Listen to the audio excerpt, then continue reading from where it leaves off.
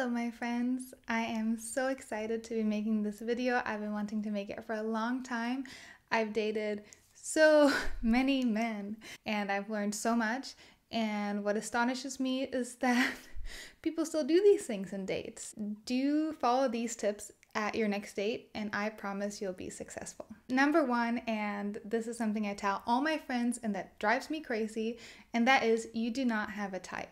Having a type is just a limiting belief. The amount of times people have told me, oh, so you're into that kind of guy. No, I'm into all guys. So if you feel drawn to someone for whatever reason, just ask them out. No matter if you're boy or girl, just ask them out yourself and don't look at a checklist or a type, because that will just set you back. Number two is really important for both men and women when being on a date, and that is to not justify behaviors. All of my friends do this all the time, and it makes me so sad because justifying someone else's negative behavior is just telling yourself that you're not worthy of more. But you are. You are definitely worthy of more. By justifying these things or making excuses for the other person, you're ignoring your own self-worth. And the worst part about this is that if this happens on a first date or even a second or a fifth date, chances are extremely likely that you'll have to keep justifying their behavior. But you shouldn't be with someone where you have to justify their behavior, right? It makes no sense, because you should be with someone who appreciates you and loves you and cherishes you and who act like a decent, loving person in the world. Number three is to be an adult when you're dating. Before I met my husband, I dated for a long time. I've also dated in every single country I've lived in. And I've dated everyone from musicians to artists to millionaires. It's been crazy and weird. But one thing I didn't learn until I was maybe like 24 was to behave like an adult when I'm dating. What I mean by this is to be upfront, be straightforward, respond to texts the moment I have time to, not worry about if they're thinking I'm responding too quickly or being too forward, asking people out if I'm interested in them, and just behaving like I would with a friend. This is also an important point. If you don't want to see someone again after a second date, just let them know as quickly as possible. You can tell them by text. It's been a first date, it really doesn't matter. You can text them, you can call them, you can say it on the date if you feel comfortable doing so, but the sooner the better. Just go for it, and if they don't respond to you, then they're clearly not interested. So then it's just time to move on anyway. Number four is a really important point, especially for people who don't date much or for people who's been in long-term relationships, because they tend to ignore this one, and that is to go with your gut feeling. So many of my friends tell me that they've gone on a second date with that person they didn't like. Yes, the person they didn't like, they ended up going on a second date with. So many of my friends do this, and especially my friends who are insecure about dating or who haven't dated that much, and it's just so unfortunate, because we should listen to ourselves, listen to what you want, don't care about what anyone else wants. And this is so important when dating, because you are the person who's going to end up spending a lot of time with this person. So if you don't like them, if it doesn't feel good in your gut, just call it off, and no one can be angry about that anyway. Number five is more of a don't, but it's very practical, and I don't know why you guys do this, but don't ask people if they want to have kids. Don't ask them on the first date, don't ask them on the second date. I mean, don't even ask them on the fifth date, because this is not a valid question to ask on a date. Let me tell you why.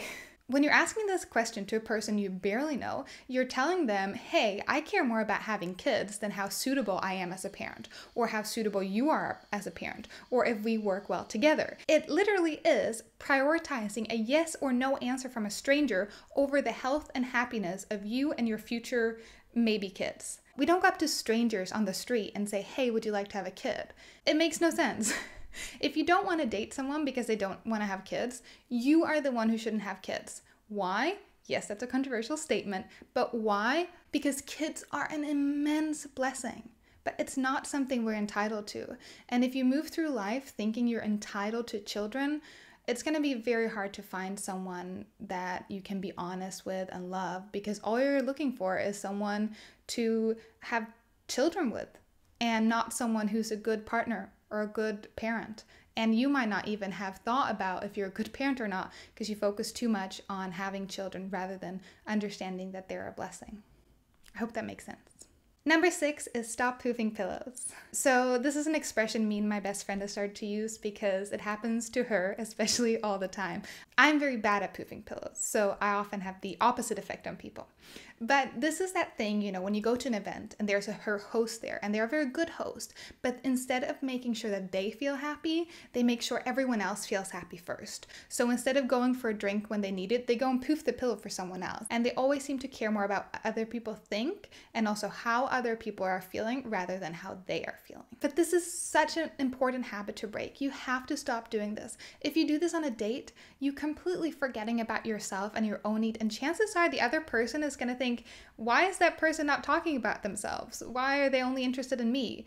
This is a very unequal relationship. And it's really important to remember that both dating romantic relationships, but also friend relationships are about two people. It's never about one person, so it needs to be equal. And that's also why you need to stop poofing your pillows. Number 7 is one I struggled with when I was younger, and that is not everyone will like you, and that is completely fine. This is so important. Not everyone will like you. Not everyone will respond to your messages. Not everyone will want to go on a second date with you. Not even on a first date. And that's okay. And it's really important to remember this because of several reasons. Please don't ever ask a person why they don't want to see you again. It's very disrespectful and it's not respecting their boundaries. A no is enough. You don't have to explain yourself.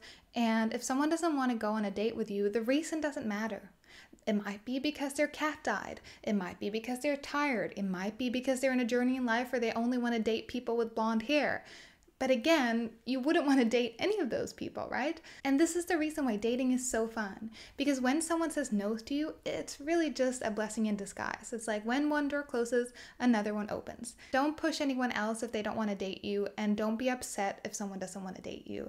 Everyone has their reasons. The higher truth is that the reasons don't matter. If they don't want to, they don't have to. We're all adults, remember? And the final one, and I will say this one because I am 100% sure everyone who watches this video will do this, and that is to not talk about past relationships. Everyone says they don't do this, yet everyone does. I find it perplexing. Very, very strange. There are so many reasons to not talk about your past relationships. The reason we don't want to talk about this on a first date is because a first date is a new beginning. It's about who you want to be with that person, not who you were a year ago when you broke up with someone else. It's also private. You don't know someone on the first date. This is really important to remember.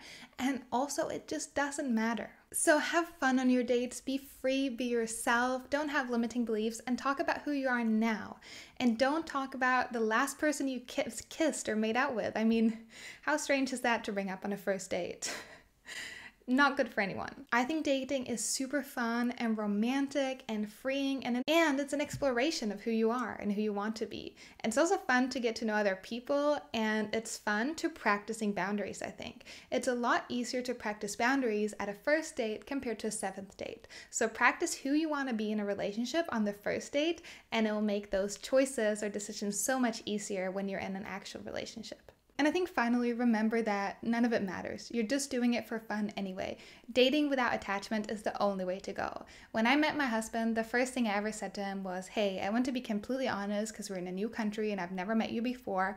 And what I find about relationships is I want someone that if I ever want to break up with them or be with someone else, I want to do so by just simply walking out the door, telling them at breakfast, and then never experience any drama about it. So setting that off was a good start, and we've been happily married for I think 4 years now. But dating is also super fun, and I will definitely try to make sure I date my husband more because it's just very fun dating.